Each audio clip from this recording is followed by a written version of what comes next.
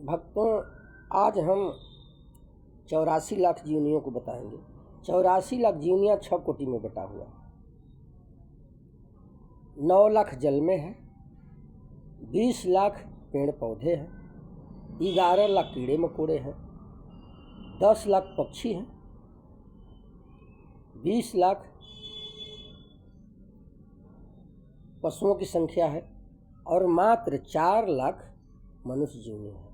84 लाख जीवनिया में केवल 4 लाख मनुष्य जीवनी रखी गई।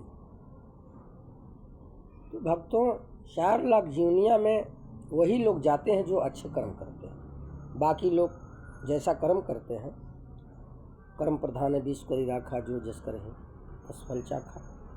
जो जैसा लोग कर्म करते हैं उसके हिसाब से यूनियन जाकर भोग भोगते हैं।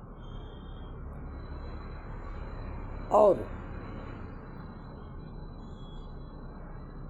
कर्म ही मनुष्य का कर्म ही मनुष्य को भोग का दंड दिलाता है और पुनर्जन्म का निर्माण भी करता है।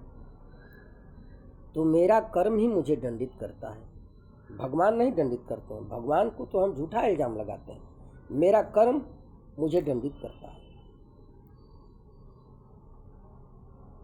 और जो लोग नहीं समझते हैं तो कहते हैं भगवान हमको ये तकलीफ दे दी है, भगवान वो हमको दुख दे दी। लेकिन भगवान का कोई गलती नहीं, ये विधि का विधान यही बनाया गया। भगवान किसी को, अपने भक्त को तकलीफ देते ही नहीं। वो सोचते हैं कि मेरा भक्त हमेशा सुखी रहे। इस धरती पर जितना जीव भेजे हैं सबका देख रेख करते हैं, नित्य प्रतिदिन एक पल भी नहीं छोड़ते हैं। प्रकृति ने बनाया है लेकिन देख रेख उन्हीं का है।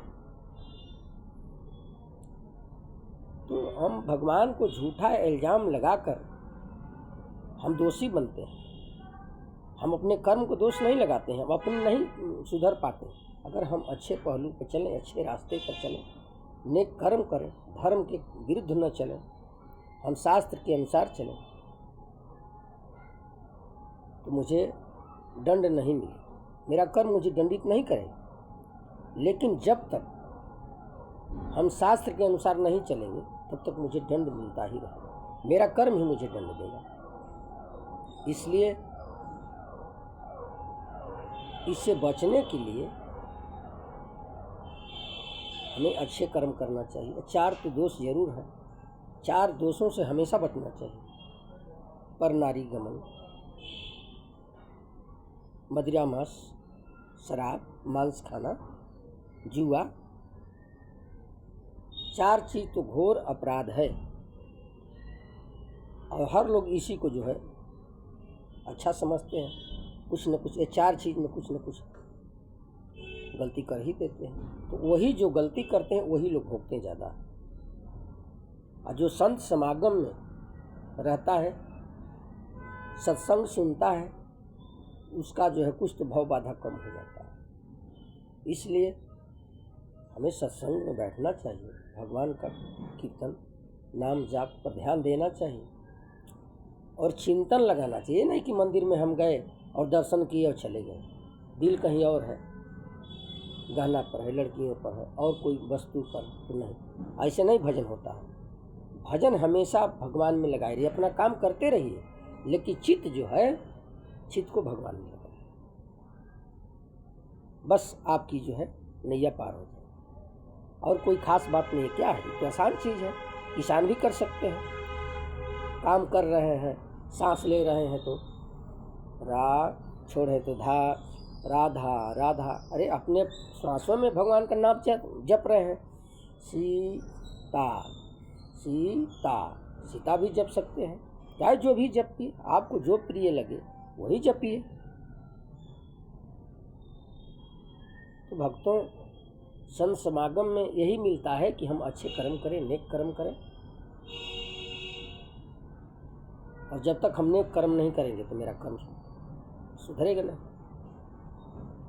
और मेरे कर्मों का लेखा जोखा देने वाले इस चित्त में चित्रगुप्त जी बैठे हैं और पल पल का ये लिखते हैं, वीडियोग्राफी करते हैं और लिखकर किनको देते हैं? यमराज के यहाँ भेजते हैं। उनका रजिस्टर आपके मरने के बाद यमराज के यहाँ चला जाता है, और वह सूक्ष्म रजिस्टर है, वैसा रजिस्टर है कि इसको केवल यमराज ही देखेंगे, दूसरा कोई नहीं देख पाएगा।